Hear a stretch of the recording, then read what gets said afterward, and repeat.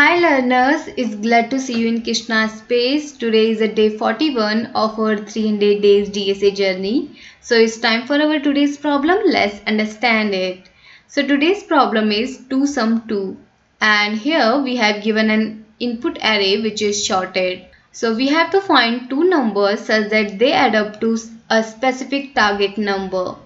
And after finding out those numbers, we just have to return their indexes. But here a twist, which is we need to start our indexes from 1. As we know that indexes are always starts from 0, but in this problem we just have to start it from 1. So now let's understand it more better by taking the examples. So as we can see in example 1, we have given an array which is sorted, also a target which is 9.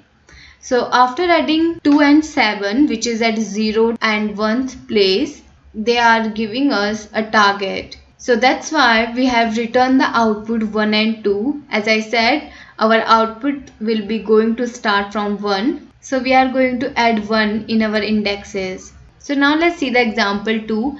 Here we have given target 6, and as we can see, the value at first and third place are giving me the target. Same in example 3 as well.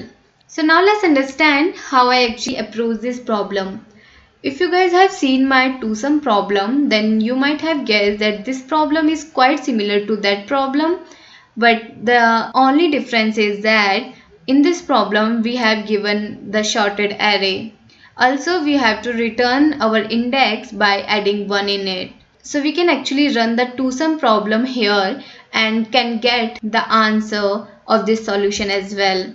Just updating one thing, which is adding 1 in our indexes and then returning it. But rather than creating dictionary or having extra space and extra work, we can actually take the advantage of that we have given a sorted array. So to solve this problem, I have actually used two pointers approach in which we don't need any extra space, and this solution can run in constant space time. So now let's get into the two pointers approach to understand how we are going to solve it. But if you guys want to solve this problem with dictionary, so you can go to my two sum problem, because there I have solved this problem with dictionary. So you can have that solution from there.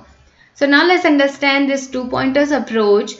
In this, I have created two pointers, left and right. Left is going to point out my left indices and right is going to point out my right indices. Thereafter, I have run a loop, and in that loop, I am adding the values at my left and right indices. So let's take the example 1 to have a better understanding.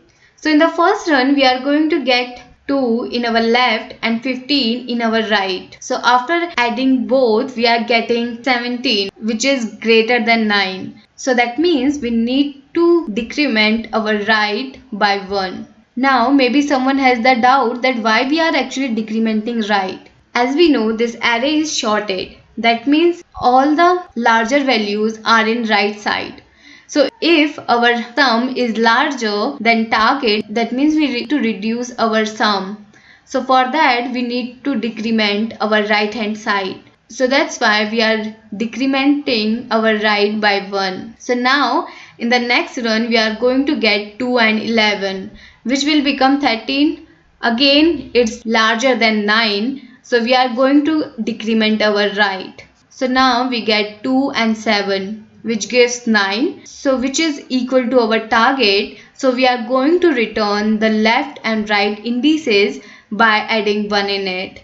So now 2 is at 0th index, and by adding 1 in it, it will become 1, and 7 at 1, so it will become 2. So in the output we are going to get 1 and 2. But let's suppose in place of 11 we have 5. So now if we are going to add 5 and 2, we are going to get 7.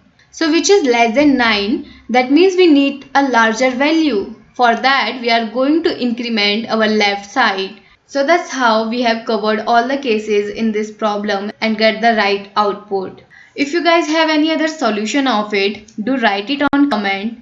And also if someone has watched my two sum problem, I want you guys to run that solution in this problem. Also if someone has solved the two sum problem by themselves, they can also use their own solution in this problem.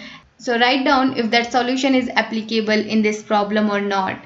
And thank you so much learners for watching this video and staying with me.